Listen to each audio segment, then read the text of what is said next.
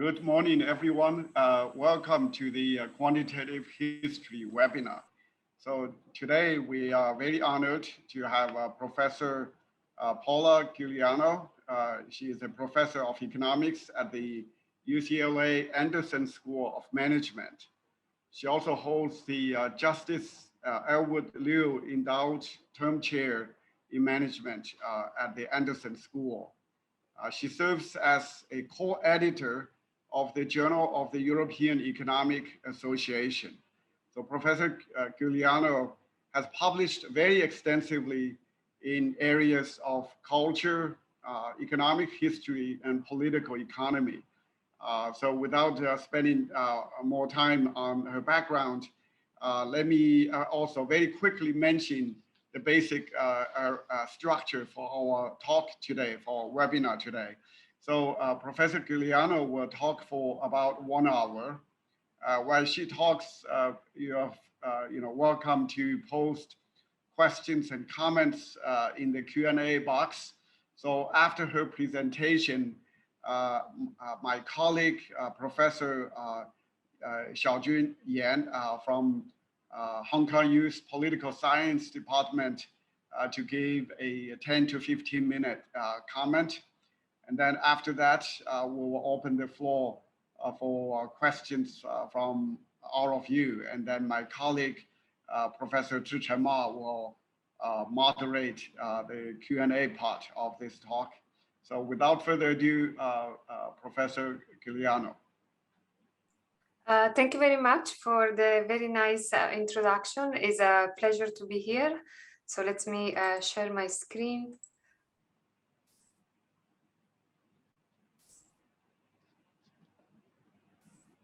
Can you all see my slides? Oh, yes, good. Yeah, thank you. Thank you very much. So this is a joint work with Marco Tabellini. Let me give you a broad motivations for the paper. So immigrations is one of the most important political issues of our time. And there is, of course, a growing literature on the effect on immigrations on political outcome, but most of this literature is about the short-term effect. So when you look at the literature, most of the papers that have been written on the topic, they tend to find that the presence of immigrants, both in the US and Europe in the short term, is related to support for right-leaning parties and then lower desire for preferences for redistribution. Now, one of the main contributions of this paper is trying to show that when we think about the effect of immigrations, there can be a big difference between the short-run effect and the long-run effect. So this can be for a variety of reasons. So one reason is the so-called contact hypothesis. So according to the contact hypothesis, if there is a new group coming to a given countries, initially there can be some initial backlash, but then the immigrants assimilate, and so maybe there is more assimilations, and as a result, even the desire to redistribute could increase. Especially for the case of immigrants, the gradual assimilations has been documented, especially for the immigrants for the period of history that we do cover in our paper. And then finally, and then this is something that scholars normally have not been studied much, with few exceptions. So I will tell you the paper that have been doing that. There can be spillover of culture and ideologies from the immigrants to the natives, where for natives I mean people from a given country. So in this case, since you're studying the US, this will be US born people. So most of the literature, they study immigrants alone, and they try to understand how fast they converge to the dominant culture. But then what we are trying to show in this paper is that this spillover effect can also go in the opposite directions. So one thing that I forgot to mention, and I don't cover this literature, is at least in economics, there is a large literature on the effect of immigrations of a variety of economic outcomes, educations, participations into the labor market, for example. So I don't review this literature because this is a paper on political preferences and preferences for redistribution.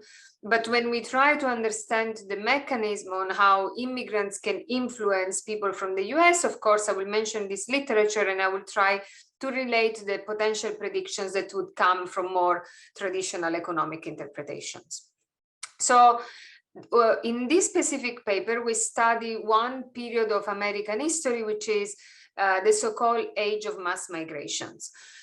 So let me give you some numbers. So this first chart represents the immigrants in the US as a percentage of the US populations from 1850 up to today. So we are not interested in the most recent period, but we are interested in the period of history that goes under the name of the age of mass migrations, where a lot of Europeans arrive in the US. And then this goes, roughly speaking, from 1850 to 1930.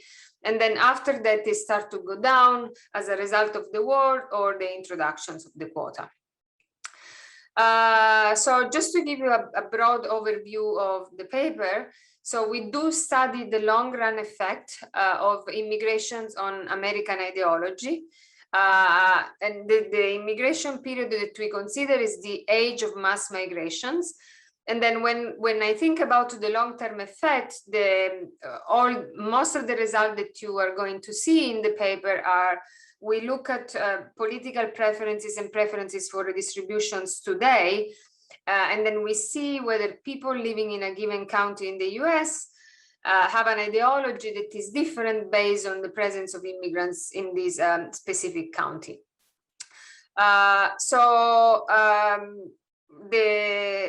In order to answer these questions, so we use a data set called the CCS, the Congressional Election Studies.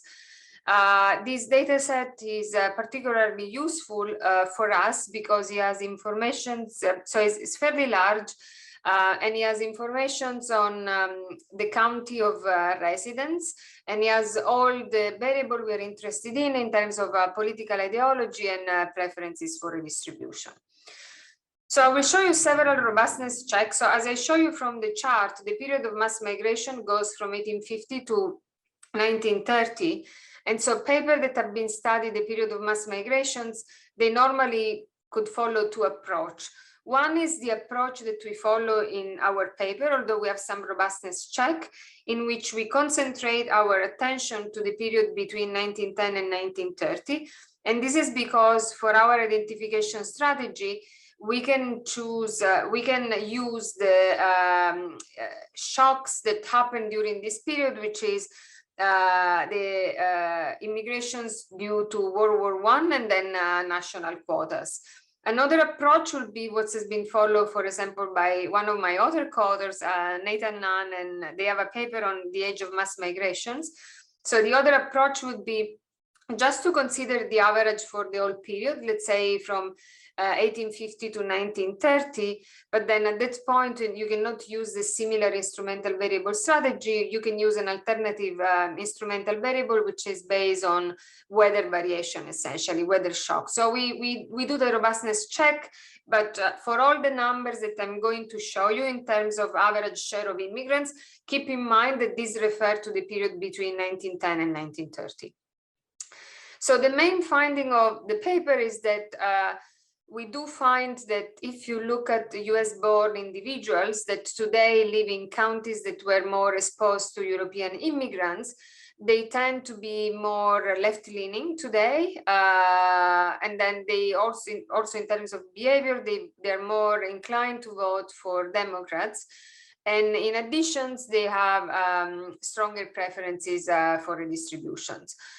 So, you know, we have a narrative for this result, but an interesting part of this paper is that when we started to work on this paper, I mean, my intuition was that the results were going to be exactly the opposite. And this is why, because the literature on preferences for redistribution tells you that whenever there are people that are different than us, so could be immigrants or people from different race, preferences for redistribution should go down. And so our initial idea for the paper was that, well, we know that from the short-term effect that if immigrants arrive to a country, then preferences for redistribution go down, but do this effect last over time? And then instead, we were very surprised because the results were completely the opposite of what we were expecting. So then we were trying to understand why this was in contradictions with what I would say the other literature or even the theoretical model would tell us.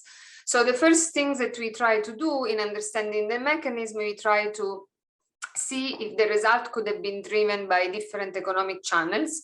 So maybe the immigrants were selected in a particular way, they had different level of educations and so on and so forth. And then we explore our main hypothesis, which is the following. So this was a period in which the fraction of immigrants was very large. And then they came with a very cultural background in terms of preferences for the welfare state. So essentially, we create an index which measures the exposure to welfare reform in the country of origin. And then we see whether this exposure of welfare reform in the country of origin is what could explain the result that we find. And so essentially, our story is immigrants arrive with different preferences, and then they transmit their preferences to people from the US. Now, one prediction of this, let's say, horizontal transmission channel is that you should find stronger effect in cases in which there is more contact between the two groups. So, and then we measure this contact as intermarriage as one, then whether immigrants were more residentially integrated with people from the US, and then whether the language that they spoke at home was more or less linguistically similar to English. And so this could be a proxy for transmissions of informations, or it could be simply a proxy of, linguistic similarity could be also a proxy for cultural similarity, but we do find a stronger effect. Now, in most of, if you read the literature on many of these persistence paper, most of the paper, they tend to have a similar structure in the sense that, those paper, including my own paper, we look at an outcome today, and then we relate it to an outcome in the past. And so what we try to do in this paper compared to previous paper is trying to, link the past to the present. And so essentially towards the end of the talk, I'm going to show you data on voting for the Democratic Party over time from 1900 to today. And then to try to see what's, how these strong transmissions was possible. And essentially the idea came from Christine Andersen. So she had a very interesting book in trying to explain the realignment of voting behavior from Republicans to Democrats in 1920s. And her story is that, well, in this period of time, one of the presidential candidates was from European origin, so was of Irish origin, and then he was able to mobilize many second-generation immigrants. And then it so happened that these immigrants, they were very much in favor of welfare states, and so this is our favorite interpretation. So there was this big desire, and then there is this big impact of immigrants in the political scene around the time, and then these participations persisted over time and then helped the transmissions from immigrants to people from the US. So I will go quickly in terms of related literature, but there is a large literature in economics on preferences for redistributions. I wrote a handbook chapter, a review chapter with Alberto Lesina 10 years ago, which reviews all the literature. And then important for our paper is a paper by Lutmer and Singal. And so what they find in their paper, they document the presence of vertical transmission. So essentially they show that if you look at second generation immigrants, they use European data. They did find that their preferences of redistributions tend to reflect their preferences from the country of origin. So why this is important for us? Because we need two things, right? So we need to show that whoever comes to the US tend to have similar preferences in terms of redistributions. And then these very strong preferences are transmitted to people from the US. So this second part is the most novel part. Then more on the economic history literature, there are several papers on immigrants, assimilations, and culture. And then there is, now a fairly developed literature in general on the period of European mass migrations. So, they look at various outcomes, including, social mobility, level of education, and so on and so forth. In terms of the long-term effect of the European mass migrations, so in addition to our paper, there are two more papers only to my knowledge. One is the paper by Sequeira and co-authors. They look at the effect of immigrants during the period of mass migrations on economic outcomes today, so mostly essentially the level of GDP in a given counties. And then Sebastian Oettinger, he was one of our students here at UCLA on the market last year.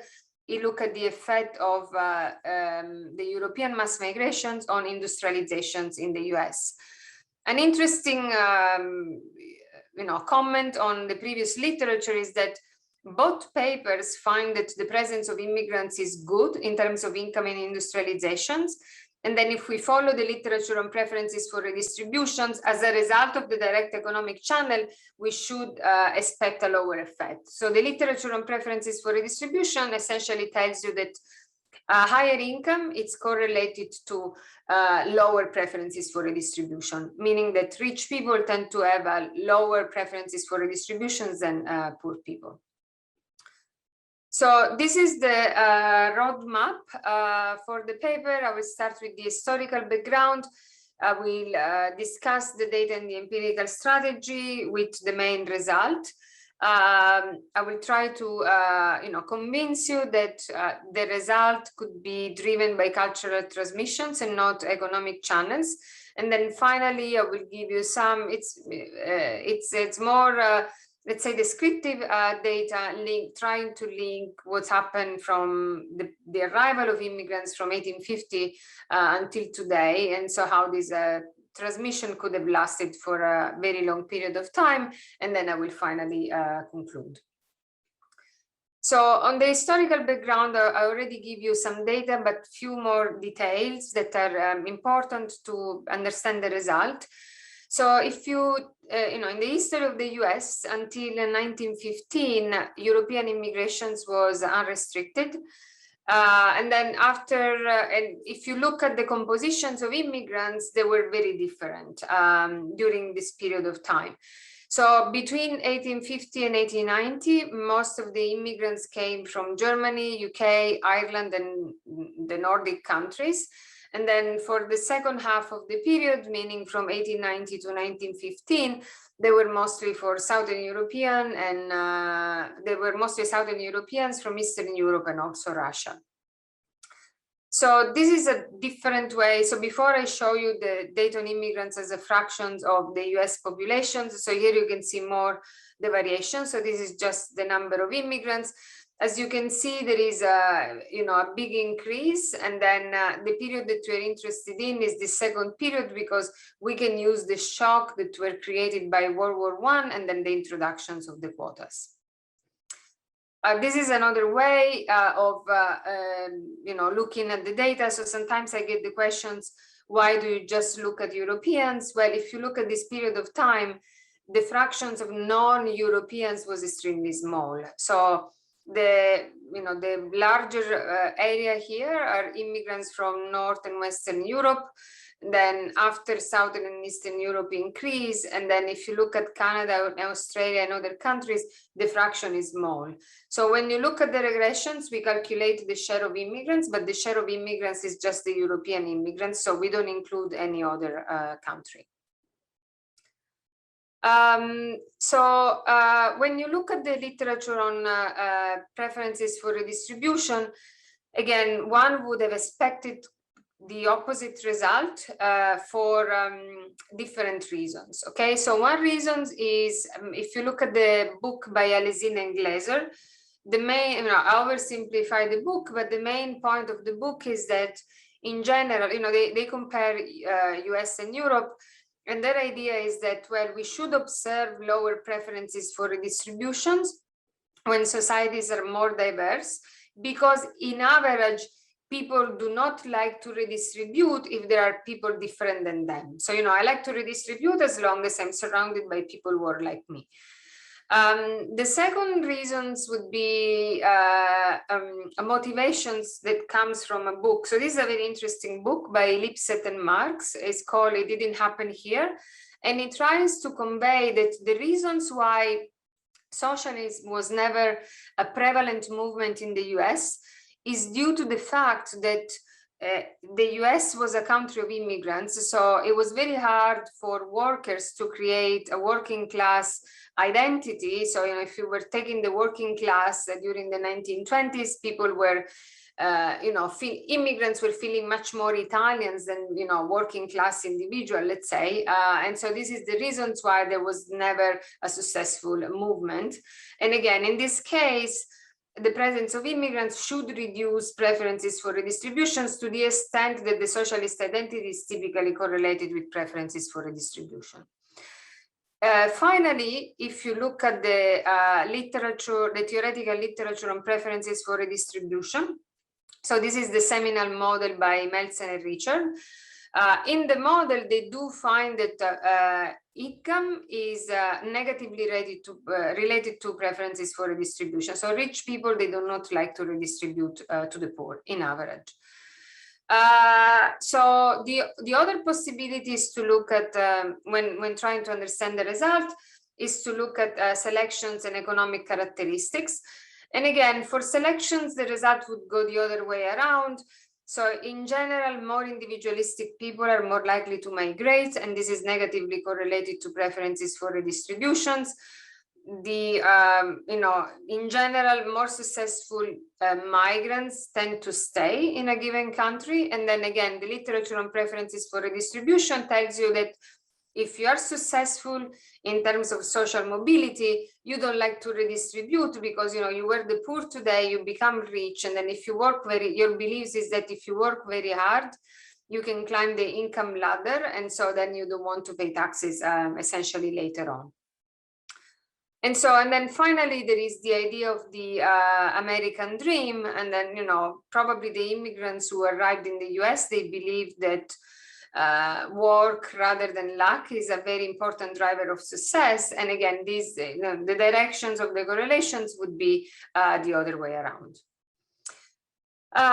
So since our result goes against what the theory would predict, how can we rationalize our result? And so our story is the following. Our story is the immigrants arrived in the US with an ideology that was much more leftist than people in the US at the time. So the Europeans, they were more left-leaning than Americans, and they have been exposed much more to welfare states reform in their own countries compared to the US. And then in the US, in this period, in general in the US, there is the culture of the frontier culture and rugged individualism.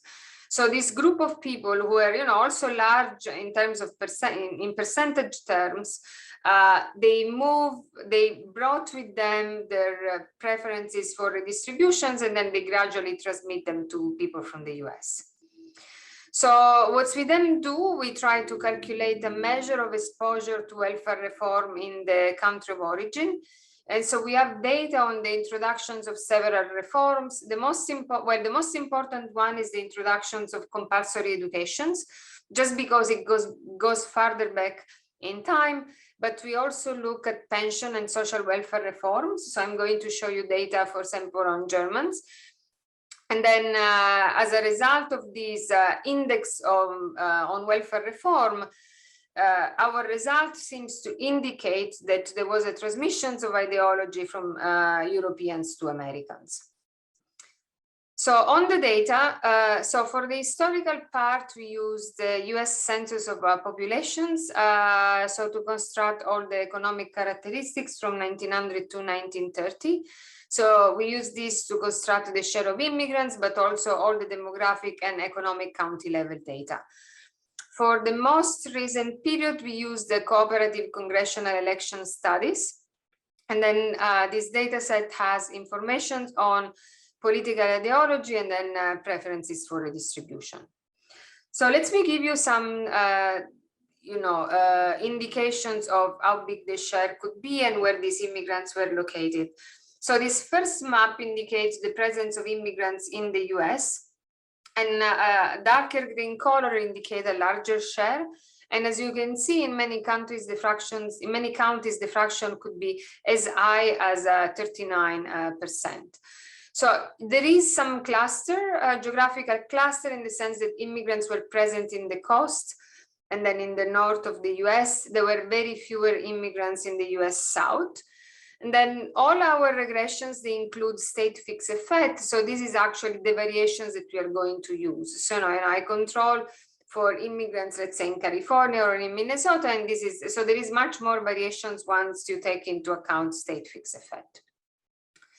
So for the questions on ideology, there are 4 questions. So these are fairly standard. One is asking, how do you define yourself on a scale from 1 to 5, from conservative to liberal, whether you consider yourself a strong Republican versus a strong Democrat, whether you belong to the Democratic Party, and whether you voted for a Democratic candidate. And then for preferences for redistributions, there are 4. One variable, which is a 0-1 variable, whether the person opposed spending cut, whether the person is in support of welfare spending, whether the person supports an increase in the minimum wage, and whether the respondent is in favor of financing deficit with taxes that we rescale on a scale from 0 to 100. So this is the main specifications. So on the left-hand side, we always have preferences for redistributions or ideology for a given individuals who live in a given county today, and then this county belongs to a given state S, and then T is the survey fixed effect. And so the survey has been conducted from 2006. So all the regressions include state fixed effect, survey year fixed effect. Our main variable of interest is the share of immigrants in a given counties. So this is the immigrants in county C belonging to state S. And then we do have a series of county characteristics, and then a series of historical and a series of individual controls. So in terms of historical controls, we always control for the presence of Blacks and then the urban share. So, especially for political ideology, there could be a rural-urban divide. We control for labor force participations. We control for employment share in manufacturing. So typically a larger fractions of employment in manufacturing is related to more left-leaning attitude. We control, so there is not income for this recorded in the census for this period of time, but we do have an occupational income score. And then we do have geographical coordinates, and then a measure of railroad connectivity. And in terms of individual controls, we have a quadratic in age, gender, race dummies, marital and employment status, educational attainment, and then income dummies. So all the individual controls comes from the literature on preferences for redistribution. Then people in the empirical analysis can be very conservative. So, some of these controls could be bad controls. The paper is very long, but in the appendix, we have just, a baseline specification in which we have only the exogenous characteristics. So age, gender, and race, and the results tend to be fairly similar. So we run 2 specifications. One is an OLS specifications. The other one is an instrumental variable specifications, because of course, these immigrants, the distributions of immigrants in different counties is not random. So for the instrumental variable variations, we use an intuition that essentially immigrants tend to go in the same counties where the settler at some point arrived. But then there was some, therefore there is some geographical variations all over the US. But then there is some time series variations, which is essentially in principle exogenous. meaning that the shocks that related to World War I and then the Immigrations Act were exogenous to the county-specific conditions at that time. And so these have changed the number of the compositions of immigrants who moved to the US, okay? And so this is how the instrument is constructed. So it's essentially a live-out instrument. So for each county, I take the share of immigrants coming from a given country J and living in county C, and then I look at the flows of immigrants who are arriving to the US between times T-1 and T, but net of those settling in a given county C. So it's a form of a live-out instrument, and everything is scaled by 1900 population. So if we look at this instrument, essentially the first stage is essentially 1, so it's very predictive. And so I'm going to show you both the OLS and the AB results, but the coefficients are essentially very similar.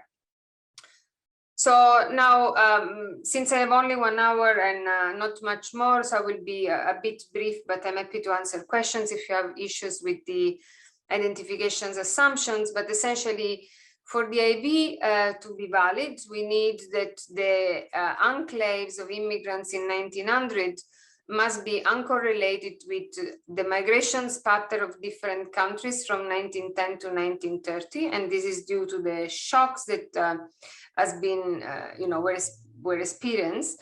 And then they should be also uncorrelated with any county-specific characteristics that could determine the evolutions of ideology.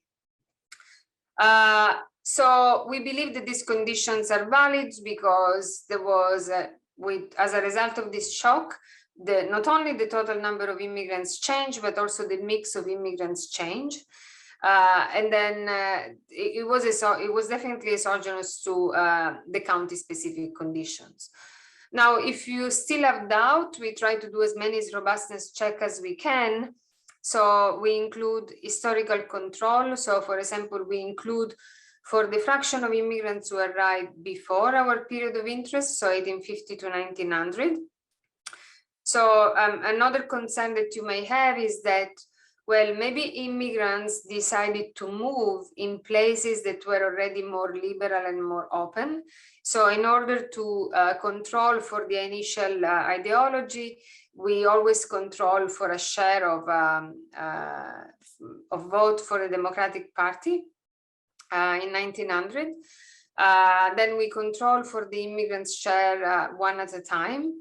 And then instead of using the immigrants between 1910 and 1930, we can do what Sequeira and co-author have done, meaning that we can take the fraction of immigrants for the overall period, but then instead of using our identification strategy, we can use as exogenous variations, weather shock, and the results are similar. So the first stage in our case is very close to 1. If you use weather shock is smaller than 1, so the IB coefficients tend to be a little bit larger.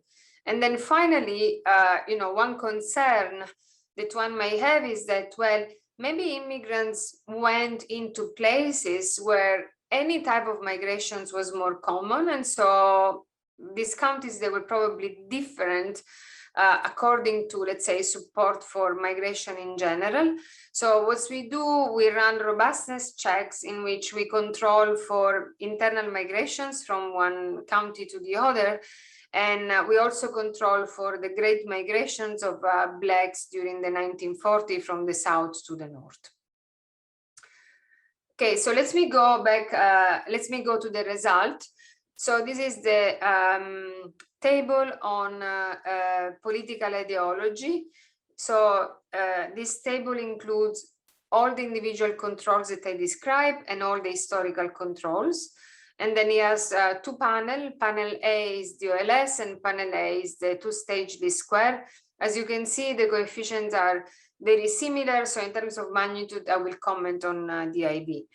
So first of all, you find that there is a very strong and positive correlations between the historical presence of immigrants and then any measure of political ideology that you have.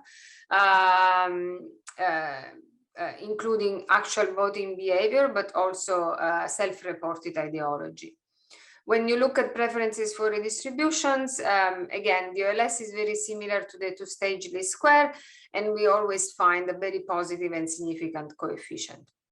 So if you want to have a sense of the magnitude, so for political ideology, if you take a 5 percentage point increase in immigrations, this is related to 6% demographic identifications. And then if you look at the support for the welfare spending, a 5 percentage point in immigrations is related to a 3% support for welfare spending. So if this number do not say much, so this is another slides to put it in context of other characteristics that are relevant in the literature of preferences for redistribution. So remember, I mentioned the importance of income. So if I compare the effect of historical migrations with income, a 5 percentage point increase in the immigrants' shares implies an increase in preferences for redistributions of similar magnitude as moving from an income of 100,000 in the survey to an income of 10,000. And then in terms of, so the effects are fairly large. And if you look at the literature on preferences for redistribution in the US, being Black, so race, is one of the most important determinants. So the relevance of immigrants is roughly 40% of that of race. Now, the question is, we do find these very strong positive correlations, which is in strong contrast with the short-term effect. So we try to rule out first the economic mechanism, and then we move to cultural transmissions. So we do a series of robustness checks, so they are described in the paper, but the result seems to be pretty strong. So in terms of economic channels, so what we do is, well, income is one of the most important channel. So, and again, the paper by Sequeira and co-authors, they did find that European mass migrations was positively correlated to economic growth at the county level. So if something, the result are a lower bound for us. And then we control for all the immigrants' economic characteristics. So in the census, you do have information on literacy, skills, and occupations, the ability to speak English. And we do have also measure of intergenerational mobility. And so including all these controls doesn't change our result.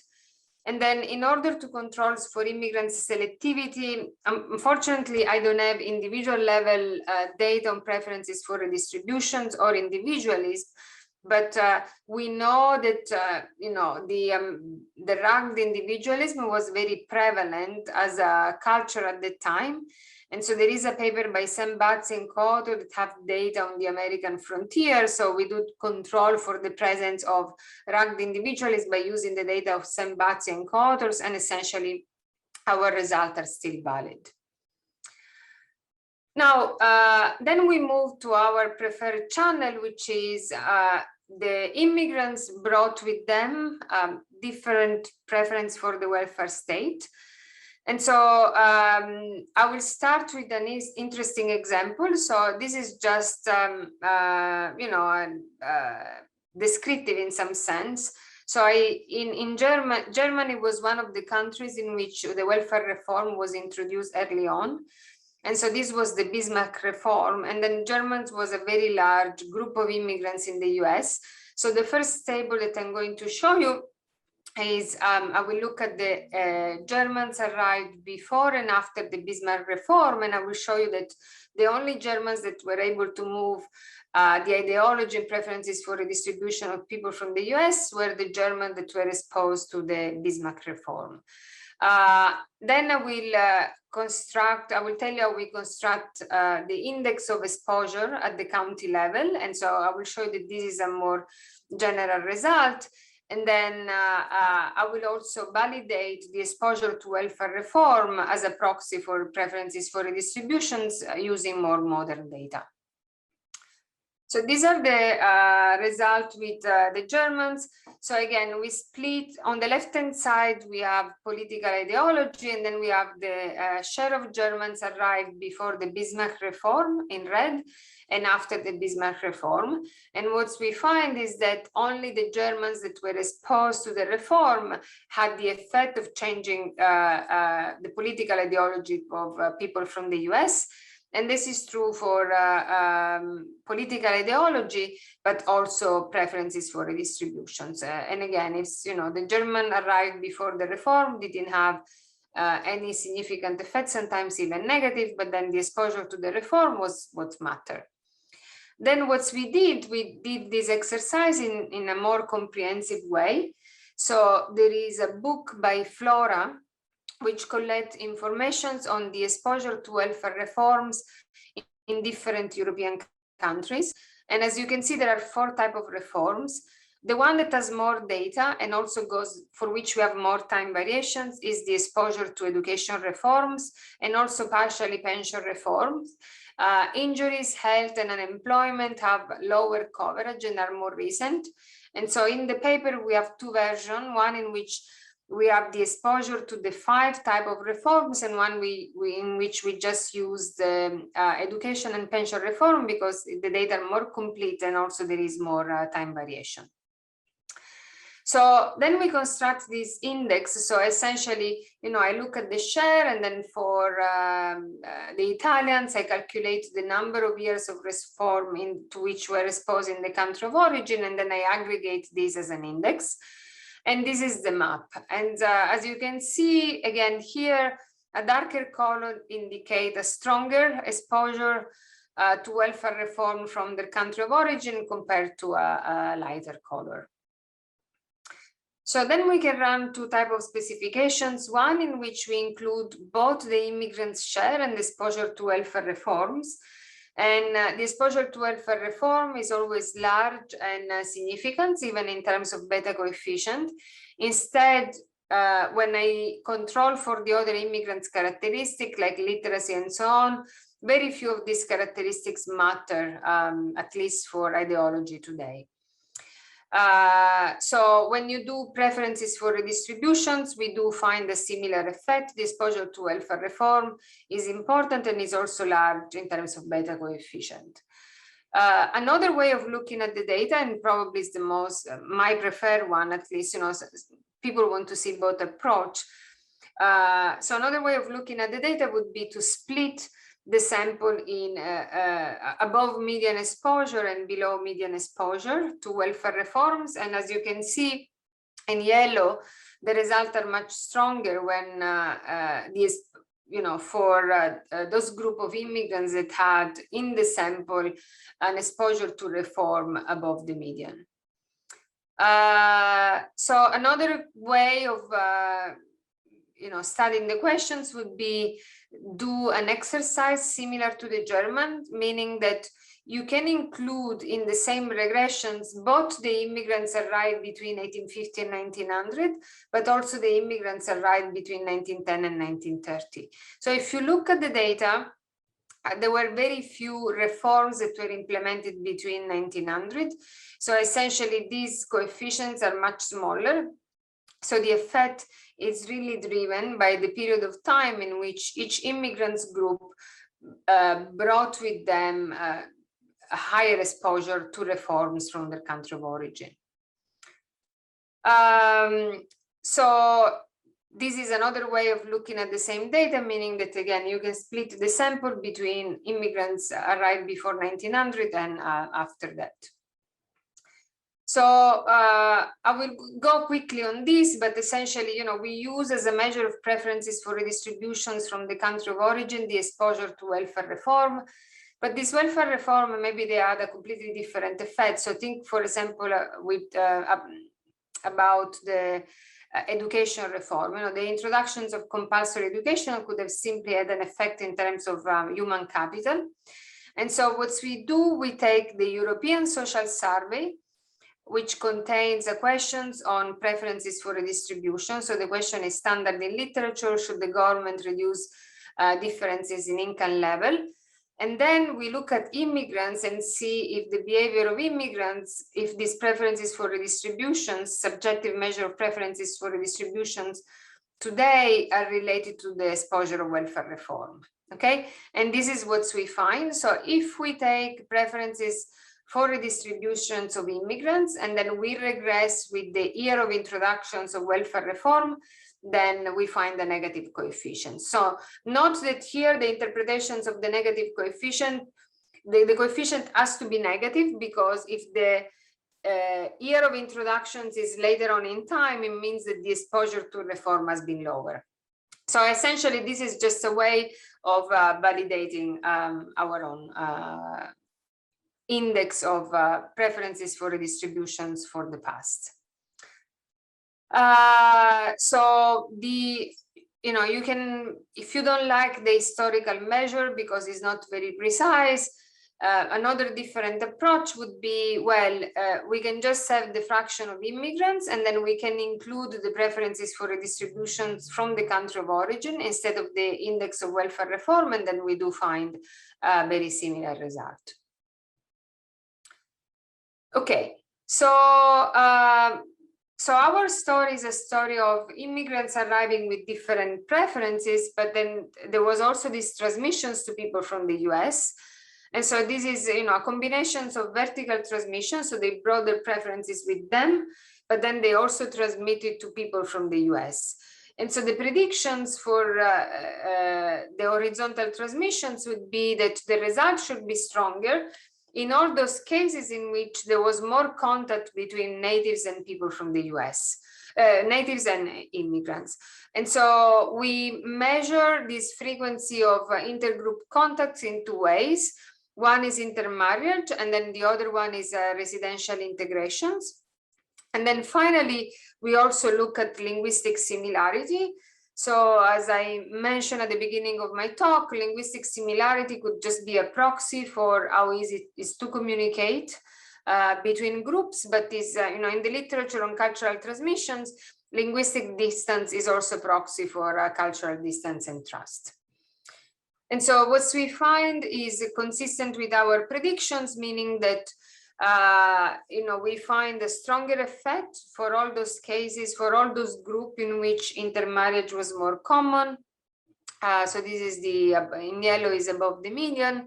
And then we also find a stronger effect when residential integrations was more common as well. And then finally, we find a stronger effect when the language that immigrants were speaking at home was closer to English. So this is the blue chart. So our story is a story of essentially horizontal transmissions, but then you can have a completely different story in mind. And the story would be the following. So the story would be, well, we know that immigrants tend to go always in places in which there were already immigrants from the same group. So essentially there is some stickiness in the ethnic settlement. And we also know that there is a lot of vertical transmissions in preferences for redistributions. So the reasons why in a given county today, I see stronger preferences for redistributions has nothing to do with immigrants transmitted to people from the US, could simply be the result that in these counties, there are still ancestors coming from a country in Europe where preferences for redistributions were very strong. So let's say that I take a given counties in Minnesota, where there were a lot of people from Sweden. If in this county today, there are many more people of Swedish origin, the reasons why in these counties there are more preferences for redistributions is simply due to the fact of the ancestral compositions of the county. And so we try to rule out this possibility using yet another data set. So I'm sorry, I'm not confusing you with all these data set. The paper is very long. So what we do, we take the general social survey. So the general social survey is a survey similar to the CCES. So it has information on preferences for redistribution and ideology, but he has two advantages. One is He has information on whether the parents are coming from a different countries, and also the grandparents are coming from a different countries. And also he has information on where the ancestors are coming from. So, you know, if I say my ancestor come from, you know, in the survey, if I were to interview, I would say my ancestors were coming from Italy.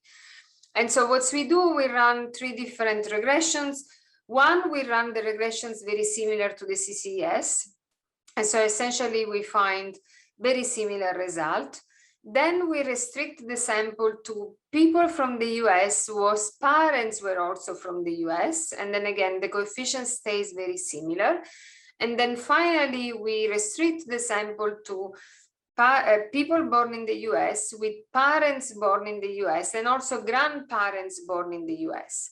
You know, if everything was the result of ancestral compositions, then the coefficients should change substantially or start to disappear, but the results are very, very similar. Okay, so in the remaining 10 minutes, I can talk about the evolutions of political ideology from the past to the present and how we can link the two. So this is an interesting chart.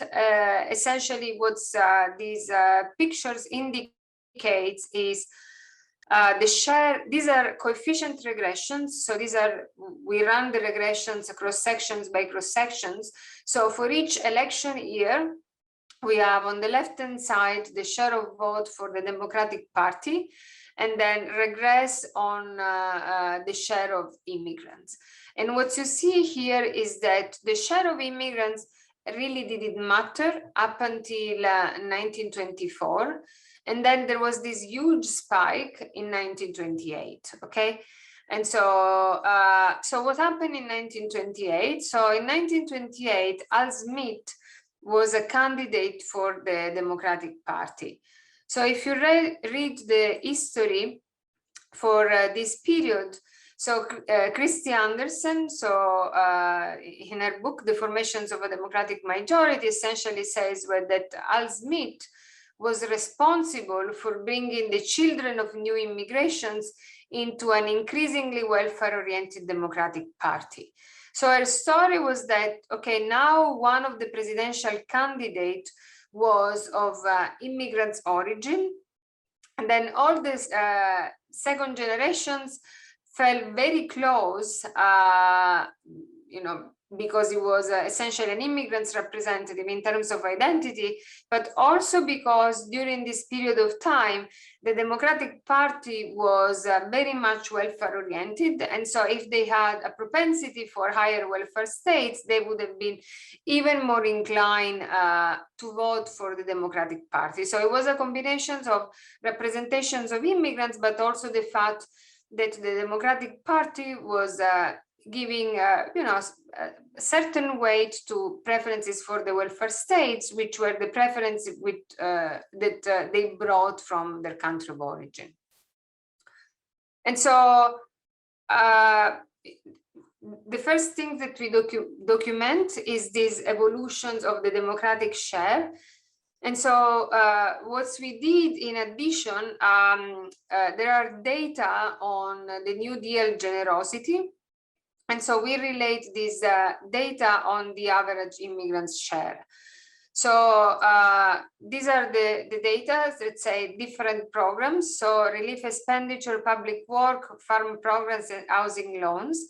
So if you read the literature, so this program had a different level of redistributive nature. So the relief expenditure were the most redistributive in nature. The farm program and the public works less so, because essentially these were programs that were giving monies to different counties. And so for the farm programs, the money that they were given were related to the size of the farm, and then bigger farms were typically richer. So this is why we would expect a lower effect in terms of redistributions. So if you look at the number in bold, so these are beta coefficients, we find that the presence of immigrants share was more strongly associated to the New Deal's expenditure that has a more specific redistributive nature. Okay, so let me conclude. So what we do in this paper, we do study the long-run effect of European immigrations on American political ideology, and we find a very surprising result. It was surprising even for us. So meaning that the historical presence of immigrants during the period of mass migrations was correlated to a more left-leaning ideology and higher preferences for redistribution. So it goes in contrast to the short-term effect. It goes in contrast to what some of the literature on preferences for redistributions would predict. So our story to try to understand the result is that this was a period in which there was a large fraction of immigrants, and they came with distinct preferences for the welfare states. And then it was a period in which, the fraction of immigrants was so high that there was a lot of horizontal transmissions between immigrants and people from the US. And according to this hypothesis, we do find that the effects were much stronger when intermarriage was more common and when residential integration was more common, and then when the language spoken at home was more similar to English. So in terms of broader conclusion, we believe that, there is always a discussion on the effect of immigrations, but most of the paper and most of the time for data limitations, especially if we want to study the effect of immigrations today, limit their attention to the short run. But this paper indicates that the short run and the long run effect can be very different. And then, in most of the literature, we study immigrants' assimilations as a one-sided process, meaning the literature on immigrations tend to look at how the immigrants tend to converge to the dominant culture. But instead, cultural transmissions or assimilations, it could be a two-sided process. So is it true that, immigrants react to the dominant culture, but it's also equally true that immigrants, especially for those historical periods in which their presence is very massive, can also affect the preferences for redistributions and political ideology of, in our case, US-born students, or, in general, political ideology and preferences for redistributions for any receiving countries. And I think with this I am done. It's almost 8 o'clock for me, so I think I'm on time. Thank you, Paola. Thank you, Paola. Thank you. Should I stop sharing the screen? Yeah, you can.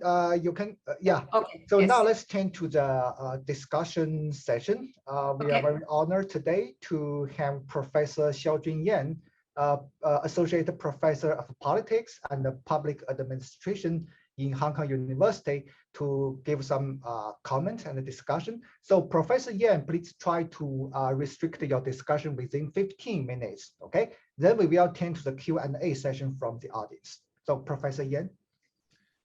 Thank you. Thank you. First of all, I would like to thank the organizers of this seminar for inviting me here, and for Professor Ma for the moderation of the discussion session. Just now, I've heard Professor Giuliano's very interesting and fascinating presentation about the long-run effect of the European historical immigration to the US on the local society's ideology, especially in terms of their preference for redistribution. I agree with Professor Giuliano that the findings might be a bit counterintuitive, and it's something really new that we find it very new to know.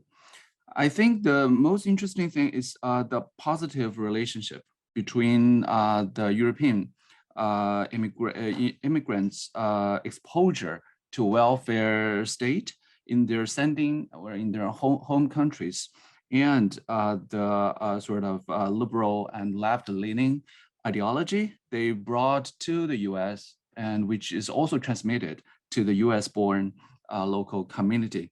I think the other very fascinating thing for me is the mechanism, the cultural transmission mechanism, which because I myself also did some research on Chinese overseas community. I think this is a very interesting finding. Professor Giuliano also considered other kind of economic channels in terms of transmission, and eventually she found that the cultural transmission mechanism is more valid causal mechanism for this transmission process. And the two main mechanisms, intermarriage and residential transmission, I think are very convincing. To me, I think they are quite interesting findings. I enjoyed reading the paper and enjoyed the talk. I have several comments, and some of them are my questions after reading the paper as well as listening to the talk. So I would just raise those issues one by one without a particular order. The first question I have is, so the exposure to welfare state in their home countries is a very important factor here in terms of the left-leaning and the liberal ideology of the immigrants. So I just wondered, what is the measurement of that exposure? There might be two kinds of measurement. One is how long the European immigrants are exposed to welfare policy in their home countries. So I understand the education reform in those countries, the welfare state in terms of education welfare is a factor here. But whether it's the measurement is based on the years or how long they had been exposed to the welfare policy, or the generosity, which means how much welfare was given in their home country, or the intensity of welfare policies in their home country. So what dimension is the measurement for exposure here? Probably I missed that point, but this is the question I have. The second issue from a political science perspective probably is a bit different from economics. For the transmission mechanism, I think the most fascinating point, one of the most fascinating points of this paper is the findings in terms of the transmission of cultural preference or ideological preference from the immigrants to the US-born local community. So in this regard, there are two mechanisms. One is the intermarriage, the other one is the residential transmission. In my view, I think those two mechanisms are very interesting. But in terms of a social or society-wide transmission of preference for redistribution or a transmission of ideology, I wonder whether there's some sort of more larger sort of, or in the political science term, the more diffusive mechanism of cultural transmission, cultural change, or discursive change that might take that might have taken place in terms of the transmission.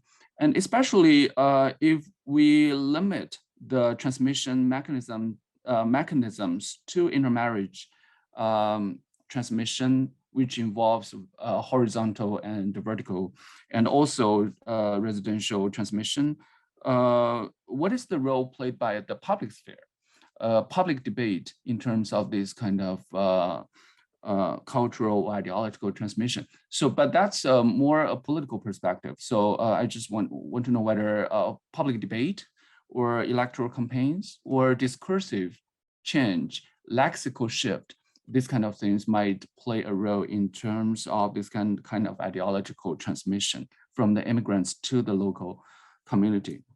Also, I have a minor question here is, I think in this paper is very well done that English proficiency of the immigrants has been controlled in the test. But I just wonder how English proficiency was measured in this test. And my next question is about electoral advantage and cultural transmission. I enjoy reading the discussion of the New Deal, as well as the discussion about some people might ask the question that cultural change is a slow process. Why we could identify mechanism and causal relationship of from like 20 to 30 years. But my question is, I understand that there is an electoral advantage or electoral in the New Deal in some of the elections in the New Deal era, but whether that is because of the second generation of immigrants, they participated more into the electoral campaigns, whether that is a really cultural transmission from the immigrants to the, like, I'm not sure whether I should say this, but purely American-born population who do not have any direct relationship with the immigrant parents. So that is my minor question. My last point is also from the political science perspective, that I understand in this paper, the focus is the European immigrants, the European immigration taking place in history.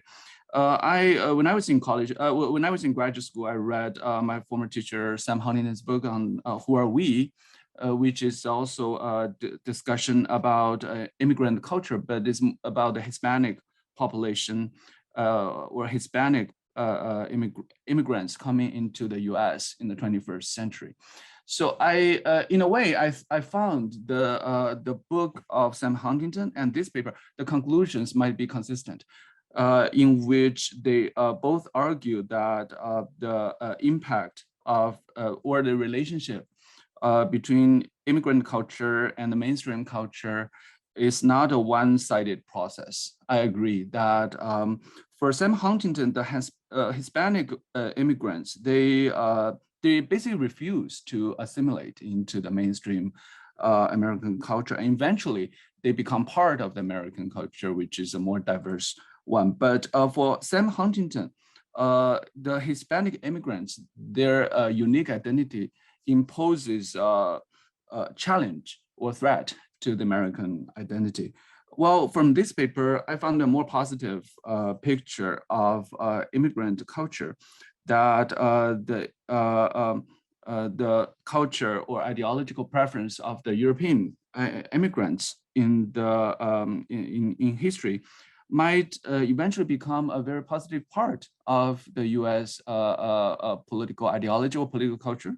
It might enrich part of the American cultural heritage, and also it itself is a constructive part of the American liberal ideology. My question is related to this is, how do we differentiate the cultural impact of different immigrants groups like Asian population, Hispanic population, and the older European immigrants in the US, especially when I remember in 2016 on the voting day for the presidential voting day, I just arrived in Boston for a conference, and the rental car counter staff just asked me, did you come back to the US to vote for Trump? I said, why? He said, the staff said that you just look on the streets, all the Chinese people are voting for Trump. So in a way, there is a stereotypical sort of image of immigrant culture of different immigrant groups. So they might necessarily be liberal. Some immigrant culture might be more conservative in people's eyes. So my question is, what is the difference here for different immigrant groups? So that would be my comments. Thank you so much. Thank you, Professor Yan, for your very good comments from the perspective of political science. So, Professor Giuliano, would you like to do some brief response to Professor Yan's comment? Okay. Well, first of all, thank you very much for your comments and for reading so carefully the paper. So I wrote down the questions. I will answer one by one.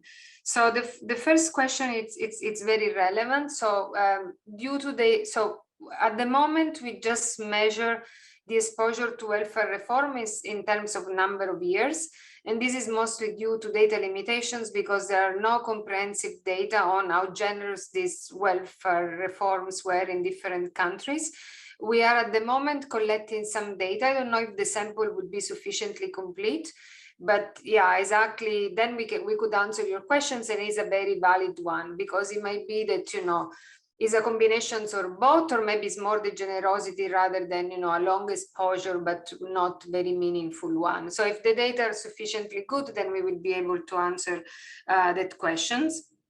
So the role of politics and the public debate is another interesting comment. In fact, very often when I present, especially in political economy seminar, they are joined with, political scientists and economists, and this is an interesting angle. So we haven't studied yet, and we think that it could be part of the political, of the transmission in the long term, meaning that definitely there is some horizontal transmissions related to intermarriage and residential integrations, but it might well be that, for example, more politicians were coming from, immigrants background, or they were more inclined to preferences for redistributions, or maybe the newspaper were talking more about preferences for redistributions. The only thing so we haven't analyzed the preferences for politicians, but we believe that it could be a factor and an important one to explain the persistence, but we are just not able to measure it at the moment. English proficiency, there is simply a questions in the census asking, is self-reported and asking, are you proficient in English or not? So, and so this is what we use. And then the other one, it was, I think, is the comparison with the Hispanic immigrants, or in general, the external validity. So I don't think I have enough for external validity, in the sense that what we see in our paper at the moment is that it's not just the presence of immigrants that matters, because when I look at just the Europeans, but who arrived before the exposure of reforms, then I don't find an effect. So I think the reasons why they move to the left is because they come with these characteristics. So if I have to extrapolate, it would mean that if there is a group of immigrants who arrive with right-leaning characteristics, then they will move the preference, the ideology of people in the US to the right. So this would be my predictions. The reasons why I'm hesitant to do that is that there could be a tipping point. So I don't know if, in other words, I don't know if the effect is not linear. So this is a period in which the fraction of immigrants were very large. So it might well be that a low fraction is not enough to change the preferences for redistributions, but it's in some sense is left for for future research. Is this a mechanism? So I will need to have a way of measuring the ideology from the country of origin, and then looking at the spillover based on the share, essentially. And then the last questions was on the participation is a very good one, meaning that, is it the fact that they transmit the culture to people from the US, or we're just the second generation that changed the outcome of the votes because there were so many? And unfortunately, we don't have data on that. So I don't have individual level data, and there is no way for me to measure it. And so probably a combination of both. I mean, for the most recent period, I know I went fast on that. We try to exclude just the presence of immigrants by looking at, so, a similar predictions of your comment would be, but, if I look today, the fact that a county where there were a lot of people from Sweden is more democratic is the result that a random person from the US has, inherited this culture, is the fact that a lot of the descendants of the county are still the children of immigrants sometimes, in some sense, the children, the grandchildren of immigrants, which is your same comment, but, several decades later. And so for that reasons, we say, okay, first I look at people born in the US, then I look at people born in the US with parents born in the US, then people born in the US with parents born in the US and grandparents born in the US. If it's a result of fading over time, I should see different coefficient, but it seems to be fairly stable. So it's not bulletproof, but it's the best I can do given the data that I have. Yeah. Yeah, thank you. Thanks. Thank you, Professor Giuliano. Now let's turn to the section of the Q&A for the audience. Well, now in the Q&A box, we have received many good questions. Okay. But unfortunately, we cannot answer all given the time limits. Okay. So I will select some questions for you. Yeah. So the first question from Alexander Schumann. He asks, are you able to distinguish between preference for redistribution within the native population and the preference for redistribution towards immigrants in an us versus their manner?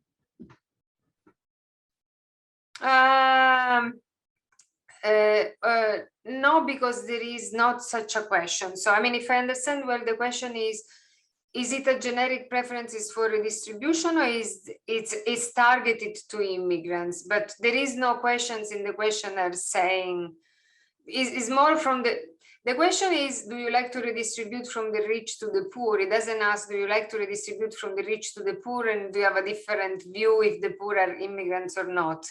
So, I mean, one thing that we can do, we can see if there are questions on whether people are more or less favorable with immigrants. And so, maybe there is, I'm pretty sure that the CCS has question asking, do you think immigrants should be welcome to these countries or not? And so we can see that if they are more familiar to immigrants in general, but the questions of redistribution is not targeted to immigrants specifically, it's just from the rich to the poor. Okay, thank you. The next question is from Xiaopeng Ren. What's the relationship between frontier culture and immigrants, especially immigrants from Germany and England? Whether or not immigrants lead to frontier culture or vice versa?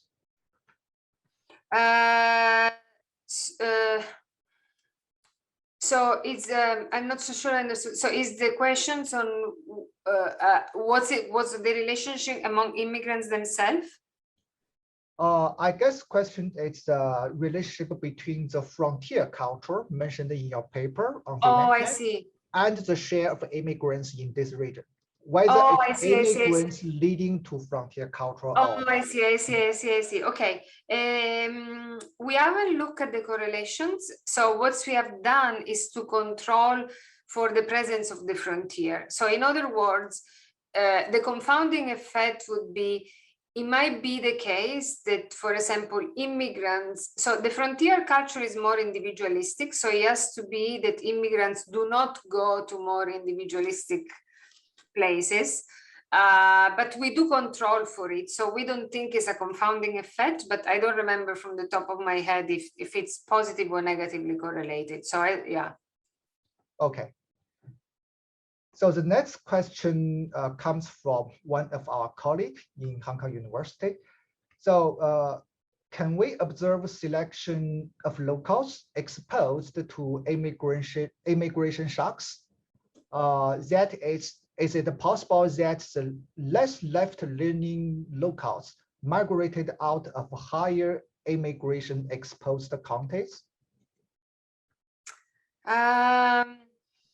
I think the only thing that I can do for selection is just controlling for the characteristics that will lead to selections, but I cannot follow, I don't have longitudinal data. So I would say, if everything is driven by the fact that, for example, Southern Europeans, they were lower educated than Northern Europeans, or that the most educated or the lower educated were coming to the US, to the extent that the observable characteristics control for it, then we should be fine. I think the only remaining concern would be the selections in terms of preferences for redistribution. So, but is a bit of a far-fetched story in the following sense. So one possibility would be the people, I mean, it's not a far-fetched story, but it will bias the result against us. So one story would be the immigrants who come to the US would be the one who do not like the welfare state. So the reasons why I decided to leave Germany is because I don't like all these very high taxes. So I moved to the US. But if this is the case, that people arrive in the US because they don't like the welfare state in the country of origin, then I shouldn't find any effect from our index of exposure to welfare reform. And so if something, or at least the effect should be lower. So, the selection is always, I mean, especially for a labor economist, everything could be selections. So we try to control for the things that we have in the census. Okay, thanks. Actually, a related question asked by Tianxi Wang. He asks, is it possible that immigrants carefully choose the destination to immigrate based on some local characteristics such as the cultural climate and even the dynamic conditions of regional political trends? I guess these issues have been addressed in your IV strategy in the paper, right? So, yeah, so you have been addressed by the IV strategy. And then for political trend, I know that I went, for the robustness, I didn't spend too much time. For the political trends, we control for the original ideology at the time. So whatever ideology was present before they arrived.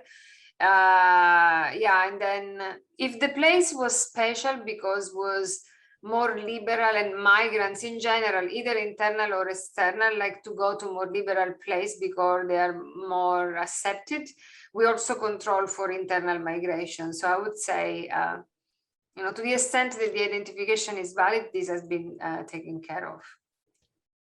Okay, thanks.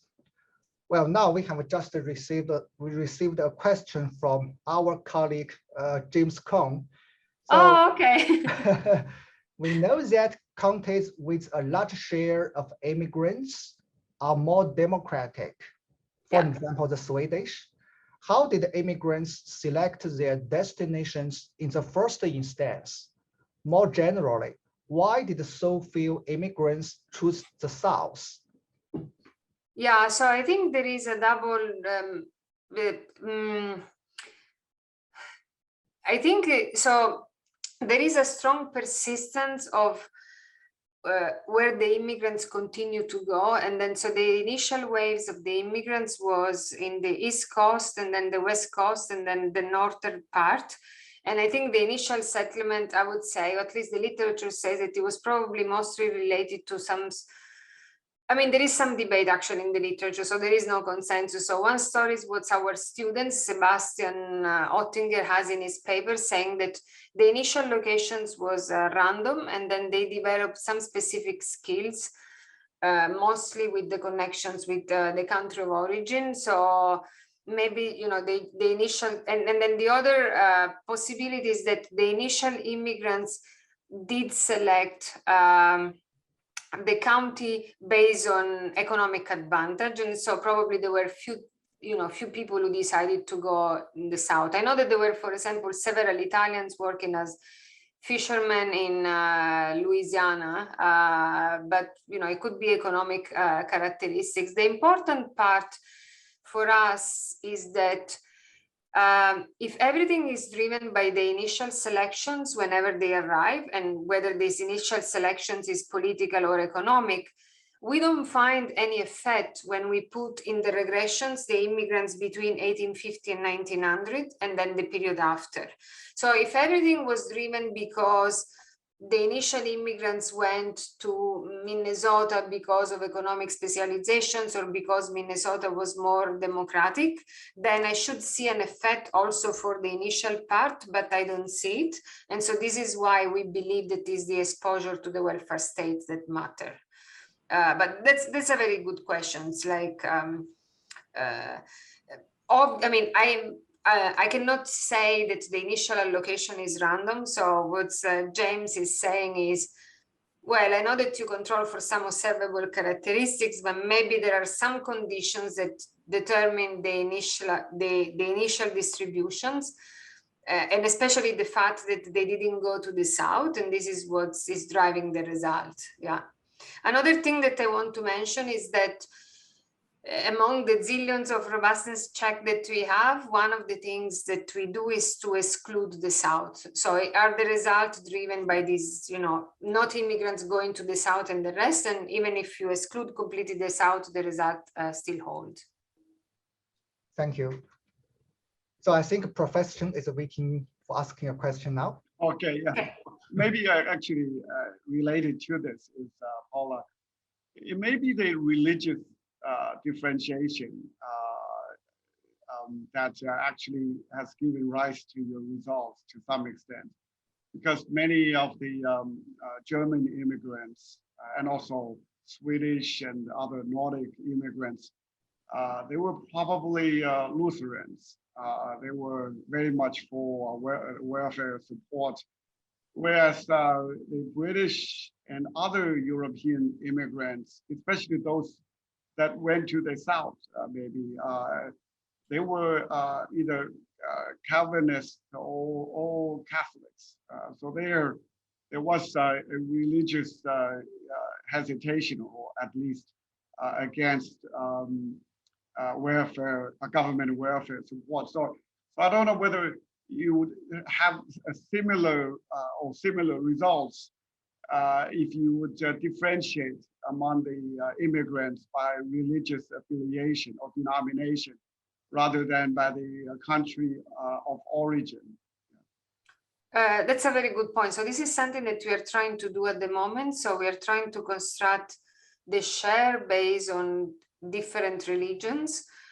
So for most of the group is easy in the sense that typically, Italians are Catholic, for example. The Germans are a bit tricky because depends on which part of Germany you come from. In principle, we could do an interesting exercise similar to the table that I show you for Germans. Germans arrived before and after Bismarck. We could do the Protestant and the Catholic in Germany. I don't know, the census doesn't report religion, so that's the problem. So the only thing that we can do, and I don't know if it's possible and how long it's going to take, is we could go to the full count census, and then we can look at the last name of Germans, and then based on the last name, probably we know from which part of Germany they come from, and so we can associate the religions and then see. But it's something that we are in the process of doing it, and yeah. Or there's another possibility, so what you're capturing through the European immigrant share is actually very highly correlated with the Calvinist versus Lutheran share in the local population. I forgot the name of the author, but there is a very interesting paper looking at the historical backgrounds or the historical positions by the Catholic Church and and then the Lutherans and then the Calvinists, because they each had a very different religious-based position on government welfare. And maybe Martin Luther made some secret deals with the city-state kings or princes at the time to say that if you give me support in terms of the Protestant movement, the Reformation movement, then I would give you a lot of authority to introduce government welfare.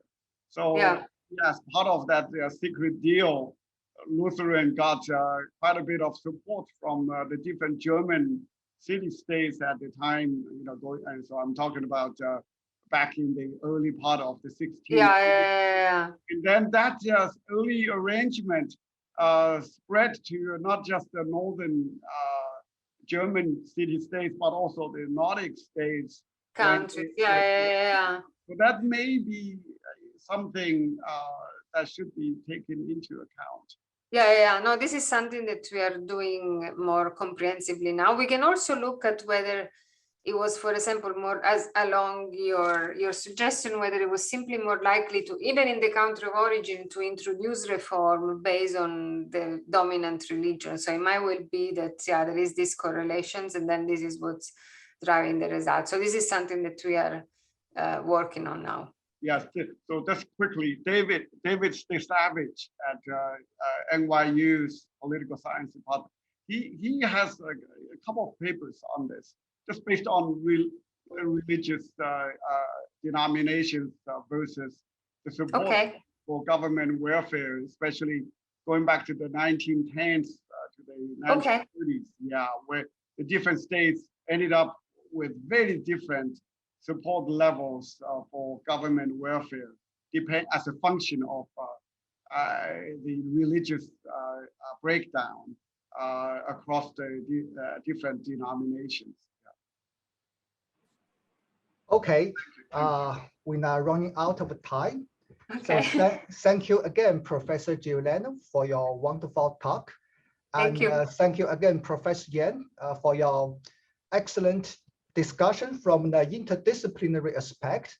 And thank you all the audience participants, and thank you for your questions. We will email the remaining question to Professor Giuliano for her consideration later.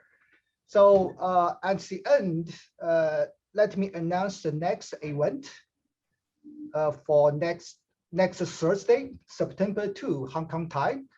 We will have a young economic or financial historian, Professor Chen Zixu from Stanford University. She will give a talk on the monetary history about the role of the national banks in local economic development. So please stay tuned and attend this event next week. So see you later. Thank you. Thank you again. Thank you. Thank you. Bye. Thank you, Paula. Bye. Thank you. Bye.